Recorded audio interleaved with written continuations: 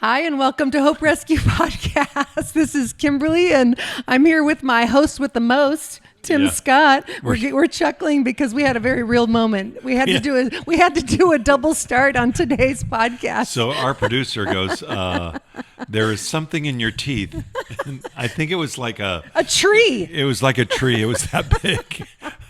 I didn't brush my teeth right before I came here. What's funny is we took a couple of pictures beforehand and she didn't spot it. And then as we started in, and I'm like, you saved the whole episode. So for those who are listening to the podcast, you go, whatever. Who cares? Yeah. But we do film this, and we do have people that watch us on YouTube, and we don't want to disgust anybody. And you know what? But now I'm super self-conscious about my teeth. Here's the reason why. Anybody who has any kind of social media platform recognizes that when you post something like that, it gets out there. People will totally talk about it. Oh yeah, and things draw behind attention. us. Yes. We've had this thing going on behind it. We got plants. A green looks like plant. a crown, a green crown, horns, or the Game of Thrones throne. Yes, or whatever. Not that we know what that is, but anyway. Anyway.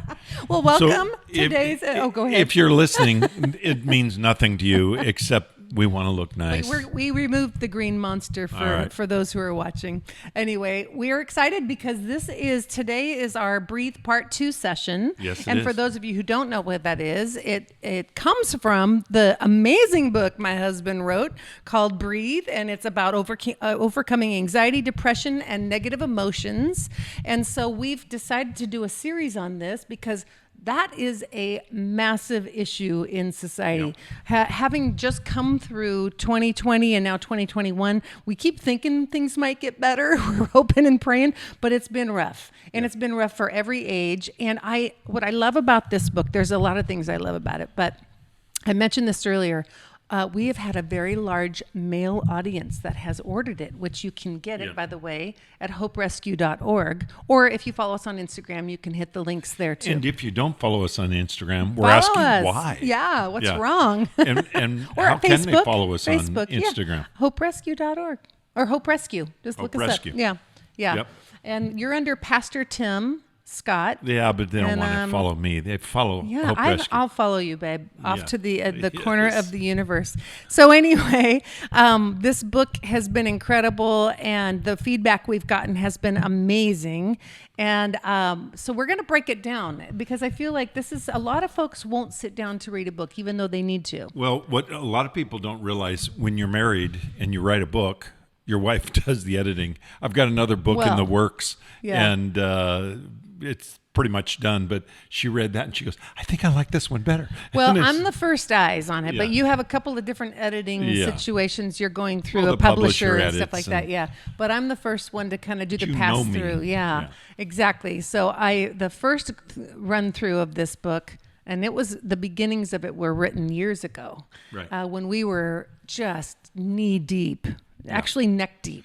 In chaos and turmoil, as life can turn things upside down, and you've had the Word of God has always been your foundation for dealing with life, and you have always had the tools, but you learned to use them you married basically like the Word of God and practical tools through psychology. Yeah, here's what you said it right there, and that is, you have biblical truth, but sometimes you need to assimilate that into tools. Mm-hmm. And so that's what I did in this book, is take biblical concepts, good, solid psychology, and married that into tools that will help to bring about peace. And, you're not going to be the happiest person in the world. There's nobody like that. Right. But I just think it's really important to know tools. And here's why. One of the things that would have been crushing to me would have been a pandemic. Mm-hmm. Not the pandemic itself, but all of the fallout, not being able to meet together as a church congregation, not being able to preach, see all people, of those things. Yes. And quite frankly, I went through this last year quite healthy emotionally because of the tools that I present in this book. Right. And I'm pitching my own book here. No, but that's good. But here's the thing: is what I love about the title of it is it's overcoming. It's a process. Yeah, it is. So you don't learn these tools and then you're like locked and loaded for the rest of your life. It's like anything. It's like muscles that you continue to flex to be strong in that area. Right. And so even in 2020, as I saw, there were times and days and seasons that we all felt overwhelmed and overcome. You knew the right tools to use to manage that. And as I was editing this process, you're laughing I'm because laughing because you, when I get stressed out or something like that, you have literally said to me, use your tools. I'm going to get a t-shirt. No, use your tools. I think we should start a merch line that says use your tools, #breathe. But Just moving on. There's jokes flying through my head right now. that's a marriage Go series. ahead. That's a sex and marriage series. But anyway. Yeah. But as I was editing through this, I've wept every time I've read it, and I read it several times. The final pass through was after it was published, and I cried all over again. And because this is not someone that researched all the answers and didn't walk through it himself. That's the very foundation of this truth. And toolbox is coming from a place of someone I've known intimately that has worked very hard to be able to breathe and to find peace. Well, so today we're going to talk about fear, and we're actually going to spend a couple of weeks on this. We could spend weeks on fear. Fear is what I call the matrix of all negative emotions. Mm-hmm. So every negative emotion, like people think that anger is a primary emotion. I don't believe it is. I believe that someone who is angry has a fear that's driving that anger. If you can figure out what that fear is behind the anger, you will resolve the anger. Mm-hmm. So a lot of people try to deal with anger management when they really should go back to the fear. What are you afraid of? What are you afraid of? Rejection? You afraid of whatever? Won't get into that now. We will eventually get into that. But what I want to say about it is just on a real simple level, if you think about fear, there are really two kinds of fear. And this is oversimplified, but I think it's important. Mm-hmm. And that is fear of things you have to do. Right. Like, for example, one of the greatest fears that people have, performance fears, we'll call them. Mm-hmm. A performance fear is public speaking. Oh, goodness, yes. And I started that very young, and I've enjoyed it. I got over the fear very early on. There have been times where I felt fear. The greatest fear was when I had to speak to the preschoolers at our church. You get tough audience. You get 70 little preschoolers sitting there so I always had to do the whole pirate shtick. Voice. Yeah. One time was the pirate voice. All right, boys and girls, let's talk like a pirate day. Anyway, and they did. It was so cute. And so that's disarming. But normally people that don't speak in public have a fear of that. Well, people who do, like for me, I've had to do public speaking. I always say I'm a reluctant leader in that way. It's always been a great fear for me. Once you get up there, I'm fine. Yeah. But the anticipation, the preparation, all of that stuff, I'm undone. And people just rave about you when you speak. Oh, well, that's sweet. But it's a battle. So it's very common fear. Well, and another thing, and everybody can relate to this, is when you have to confront up. And what I mean by that is you have to confront your supervisor, you have to confront someone like your parent, or you have to confront your boss. You got to confront somebody that has authority over you. That's a big one. That is really a great big fear. So that's what we call performance fear, or on a real basic level, we call it things that we have to do. Yes. Another form of fear, and the only two kinds of fear are these: what you have to do and things that happen to you. Mm-hmm. So think about that. Maybe Powerless. You're afraid of I just talked to somebody the other day, said, I'm afraid I'm going to get fired. And I said, somebody that worked for me, and I said, you're right, you're fired. No. I'm the only one that works for you. No, we got other people, true. but I Couple fired them all. You just think you're the only This is your notice. And by the way, we're having a little conversation right now about being fired. I don't work for you. We work together. That's right. We're a team. So anyway, and then for a lot of people, it's the fear of cancer, getting cancer. Yeah. And for somebody that got it, health issues. the getting it for me was not as bad as the fear of having it, although I really never thought about getting cancer. It came out of the blue to me. Death of a loved one might be a fear. Yeah. So two kinds of fear: performance fear and, impact fear, things that happen to you. So I'm going to ask you, Kimberly, what's your greatest fear? Oh, goodness. Well, okay. Realistically, and many of you who have been watching us for several years understand and know our backstories that we've been through some really crazy stuff. Our first marriages, it's the stuff off of a Jerry Springer show. Really, there's been suicide. There's been, divorce. There's been affairs. There's been all those kind of things. And we both came from a very similar kind of a bubble of, being pastors' kids in homes that were completely intact. And so we've lived a different story. Then, of course, we dealt with the health issues and of, having to face our mortality and all of that. But I would say, so that being said, I do recognize that in this life, really crazy stuff can happen. Yeah. And you can't live in the fear of that, but I know that it's a reality, and we've all experienced that in the last few years. My greatest fear has always been losing someone close to me. My spouse, my children, or my grandchildren will always be my greatest fear, because those are things I have not had to experience. Those are fears I've not faced, having to lose a child or a death of a spouse. Well, you've dealt with the fear. For example, you made me get rid of my motorcycle. Yes, that's how I manage my fear. Is I give I'm directives. Not bitter. Much. The big joke about that was I wasn't afraid of losing you. I was just afraid of having to push you in a wheelchair the rest of your life, and I'm not down for that. Yeah. Okay. All right. Now you know who's loved most.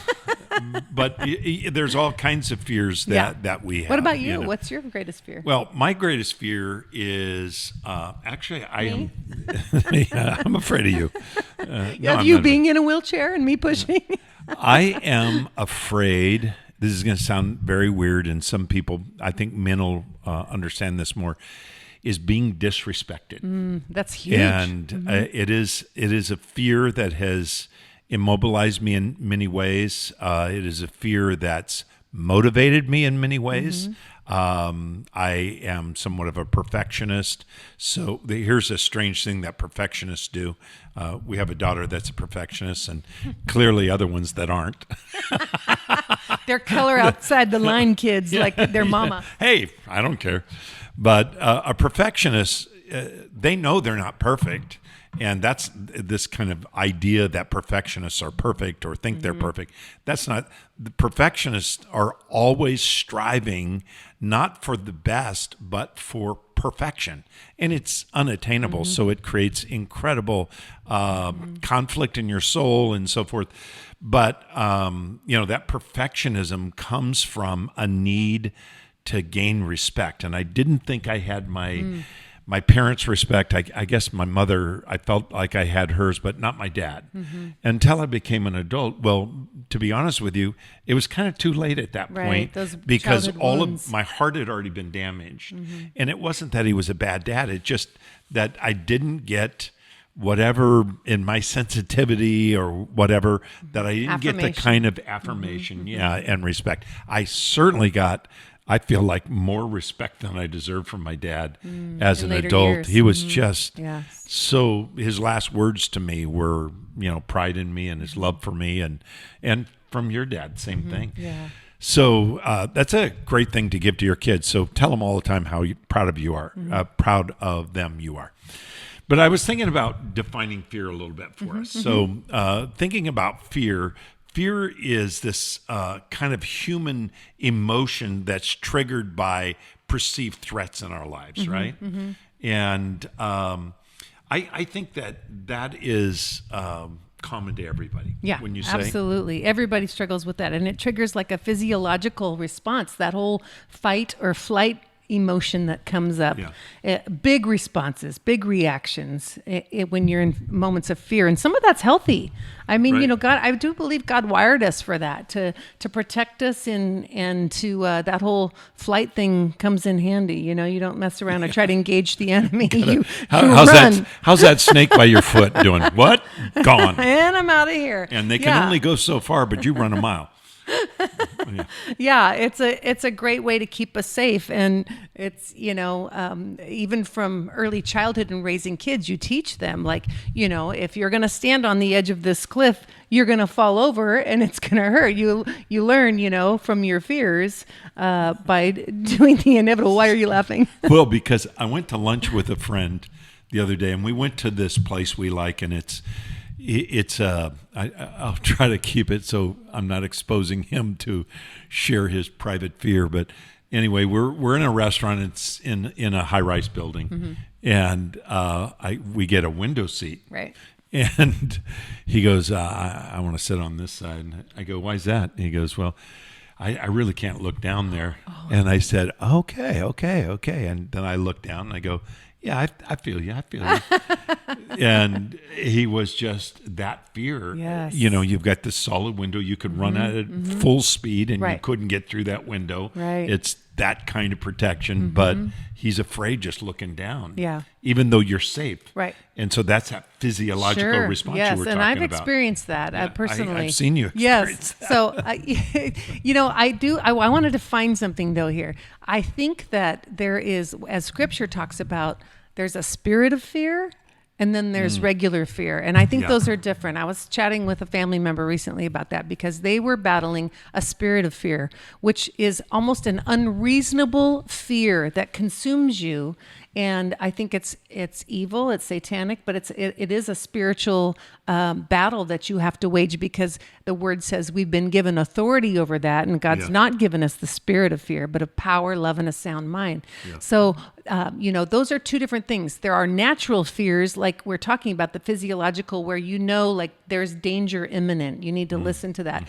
But I've had unreasonable fears, and one of the things that I think about is we decided when we were in St. Louis, we'd gone to go check out the arch, because everybody talks about the arch in St. Louis, and neither one of us had. We'd been never up there. been. We didn't know what to expect, except for there was some kind of elevator that was going to take us up to the top and down. And on this elevator, I realized they were putting us 4 people knee to knee in about a 6x6 cubicle. It was so small. It was humid. It was hot. Yeah. And then we start ascending, and it felt like forever. And the higher we got, the more I felt a panic attack coming on.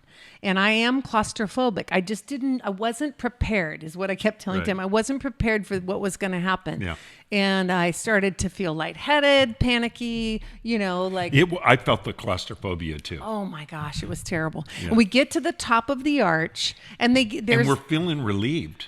Right? Yeah, because when we first get out, Okay, we're out of the cubicle. There's a lot of people though at the top of this arch, and there's only 100 yards to be able to I don't know specifically. If you've been there, maybe I'm exaggerating because it all felt very small to me.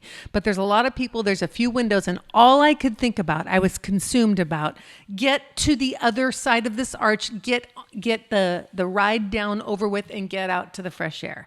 And that's what we did. Well, how'd that work out for you? So I have no idea what's going on. First of all, I'm claustrophobic. So any tight space, and not too long ago, I have a problem with my shoulder, and I had to have an MRI. Oh yeah. Same thing. The last time I had an MRI was over probably 15 years ago. Yeah. I don't remember actually the last one. Well, I remember it. I don't remember when it was. And when I got in there, I'm just praying through that whole thing, and I'm just, it's so tight. It's not like a CAT scan. It's so tight. It's loud, and this one I went in, and they give you a little thing, emergency bubble, and you press that bubble if you need some help. And he said, "Look, no shame. Don't worry about it if you do." I said, "Okay." So they put me in there, and I go in. And and they say, okay, this one's going to be 3 minutes. This is going to, and then They're coaching you. They're coaching you through it and giving you. And I was in for 30 to 45 minutes, something like that. And you don't come out during that time. They You just can't go in move. between. Yeah, and you can't move, and you feel it. Your shoulders are pushed in. It's right around you. And then he goes, the next one is going to be 3 minutes. Tim, have you fallen asleep? And I said, what? And I said, why? And he said, well, because you're snoring. I had fallen asleep. That's peace. I really did have peace, and I don't brag about that because normally I just could not handle it. But I was so comfortable in that great. and overcoming, and I basically just was quoting scripture. And the next thing I know, he's saying 3 minutes, and he busted me for snoring. Yeah, I can't. I don't that's sleep on my awesome. back. Now so I somebody snore on my else back. knows. Yeah.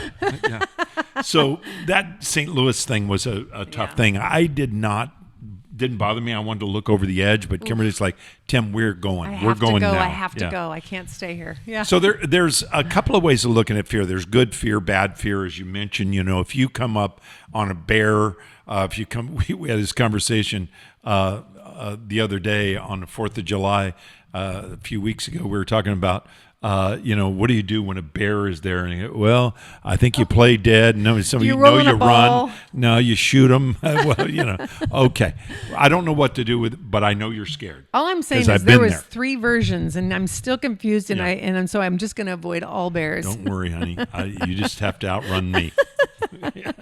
Anyway, so then there's bad fear. Fear that is good is when there's a real threat. Yeah. Bad fear is when there's no threat, and you're overcome by it. Yeah. And so I wanted to. We only have a few minutes left, and I want to share about fear and memory. So a lot of people think that your body stores fear in it. It doesn't. Your body has no intellect, has no emotion. It's your soul contains your intellect, your emotions, your will. And your body reacts to it. Your body reacts to it. So just because your body reacts, now people say listen to your body. That means if your body's hungry, eat. If your body is not hungry but you feel like you want to eat, you don't say yes to it. So your body doesn't have intelligence. You're listening to your body. If you're tired, you need to sleep, so forth. And if you got pain somewhere, obviously there's a reason there's pain. Right. That doesn't mean it has intelligence. It just is. There is a preservation that is in the body, and it stores fat to protect itself against starvation and so forth. That's the way God made the body. However, we do store memories of fear, but we store it in the heart. And this is a biblical concept. When you look at scripture, you will see that the heart is the place that can be damaged. Your will can only be damaged because of the heart, or your intellect can be damaged because of your heart. So your ability to reason through something is because your emotions are skewed, because your heart's been skewed. Let me explain what I mean.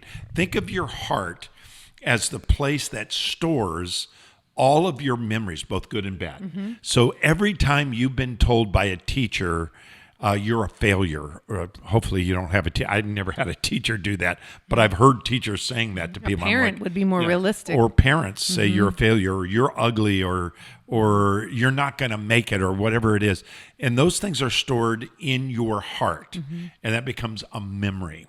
Now, it's more than intellectual. It's actually stored in a way that wires your brain. And we won't get into all the details of that, but it wires your brain in a certain way. But also when somebody says, wow, you are really good. I was just hearing my daughter praising my grandson, Ryder, about his video editing skills and his talent and putting things together. And we watched some videos he did on his YouTube channel. And I'm like, yeah, he really is good. And he's got this youthful kind of cool way about him. And I'm like, that is so good. At 16, he did some at 13, but at 16 years old, he's kind of finding his niche, Words of life. But the words of life and words of death, exactly. Yeah. We talk about it a lot here on our podcast. But when you get words of life, that's remembered. When you get words of death, that's remembered. And so the heart stores that. Now, what happens when the heart stores those experiences, both negative and positive, it can be broken if you go through what often we call trauma. If you go through trauma in your life, in other words, you've been terrorized by a toxic relationship, Right. especially from a parent or a sibling or an uncle or sexual abuse of some kind, molestation or whatever it might be. What you need to understand is that's stored in the heart. Now, the beauty is that God can transform that heart and bring healing to that heart. Now, it takes usually God can do it by a miraculous healing, and he does that sometimes. But normally he sends someone into your life, Right. like this woman who came into my life to help heal my heart and mine to her as well. We feel like we saved each other, Yep. and restoring what it means to be really loved. And But that's God, just as Satan can use the tool of people and their words to destroy you, God sends his body, his people, to bring often the very vehicle for healing in our lives through their words and encouragement, and that the ability to rescue someone. Often they've been rescued, and that's where that comes from. Our daughter does a ministry of restoration of people who've been through trauma through story Work. And what Carrie she Garcia. Carrie Garcia. And, We have a few daughters. What's the name of her Freedom ministry? Movement. I just drew a blank. Freedom Movement. But the beauty is that she has learned, as she calls it, sitting with that person, creating space for empathy and listening to that story. That is a powerful thing. Most people give sympathy. Here, I hear your problem. Here's a cup of soup. That's sympathy. Empathy is where I'm here Step into it. to listen and to go through it with you. Right. So what we will do next time is we'll kind of finish this up about stored memories of fear and stored memories of positive input. And we'll kind of start out with that. And then I want to talk about how we can fix fear in our lives in a really powerful tool set that I've developed in my ministry with Breathe 90. If you'd like the book, Breathe 90, just let us know. You go to You go to hoperescue.org, and a little thing will pop up and it'll say, it'll pop up, and then you click on that. You can order it there. We'll pay for the shipping. You pay for the book, and we'll pay for the shipping. And I promise you, it will get you thinking about how to live with peace in your life. God bless you. Can't wait to see you next time on Hope Rescue Podcast. Bye, guys.